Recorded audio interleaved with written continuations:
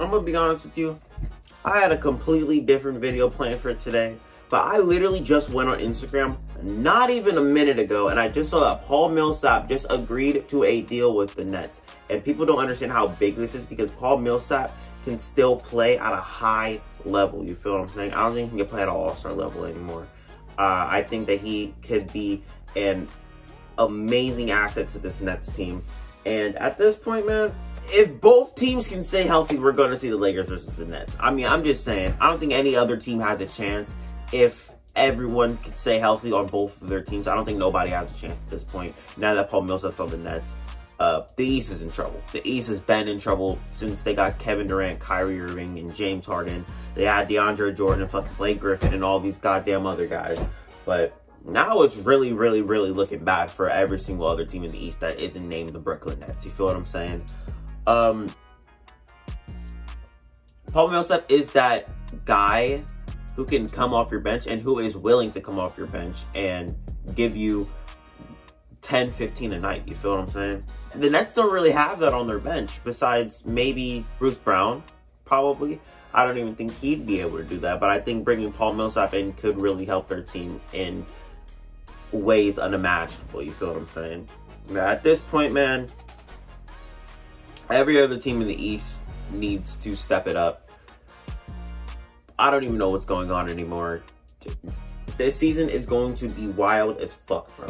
I just want to see, in my opinion, what I would like to see this season is for one of these two teams to get fucking beat. One of these teams to get beat, change the notion of fucking basketball, bro. Because, in my opinion, I don't like this super team shit because it loses parity in the NBA. You feel what I'm saying? It's like you don't even know if there's still parity in the NBA because you just know which two teams are going to make the NBA Finals. You feel what I'm saying? It's exactly how it was back in 2016, 2017, 2018.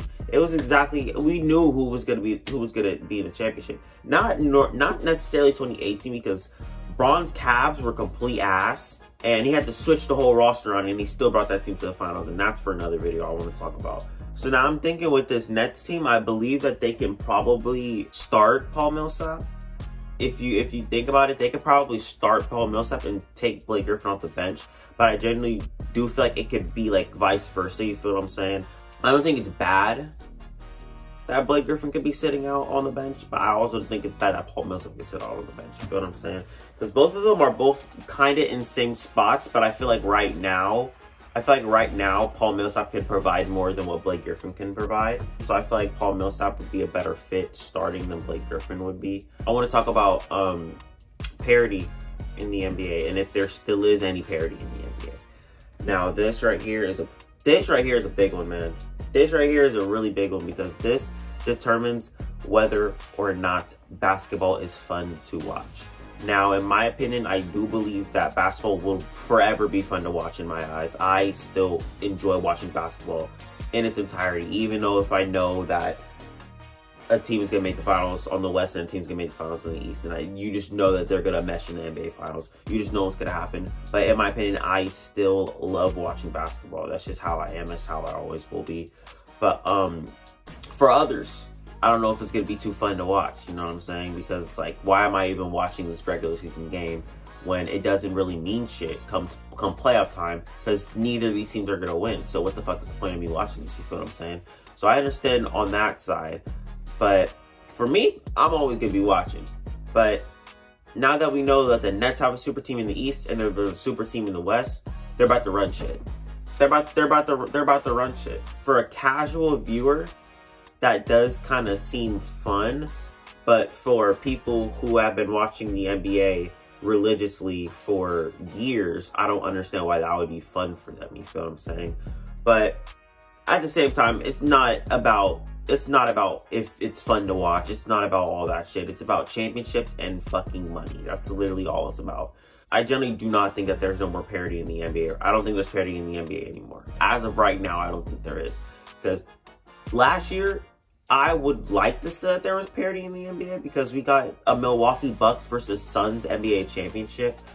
But injuries did have a lot to do with that. So don't get me wrong. Injuries did have a lot to do with that. It all depends on if these people can stay healthy. You feel what I'm saying? Because healthy, nobody's beating nobody's beating either team on the other side of the conference, bro.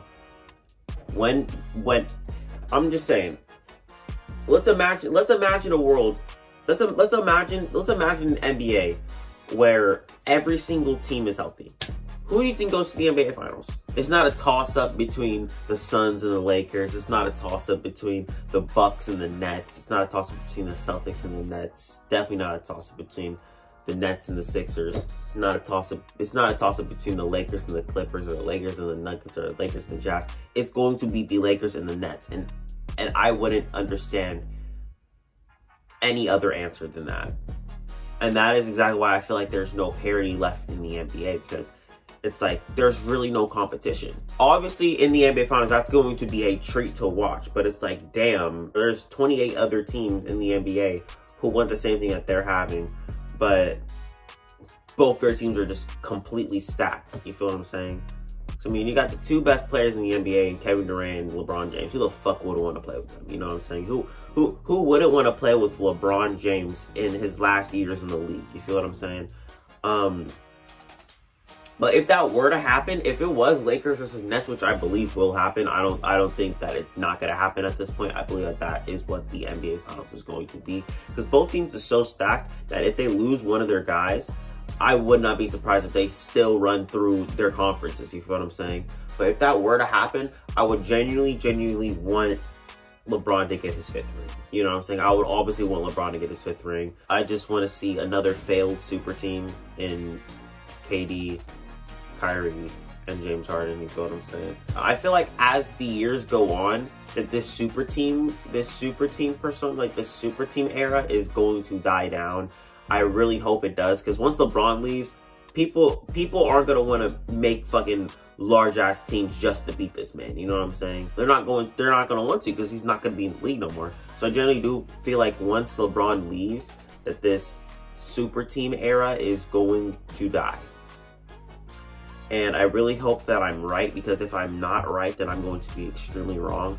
But Paul Millsap's now on the Nets. By the way, Rondo on Monday actually did a buyout with Memphis.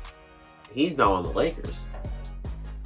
So the Lakers just getting the whole band back together, basically, is what's going on here. But that's all I got for y'all today, man.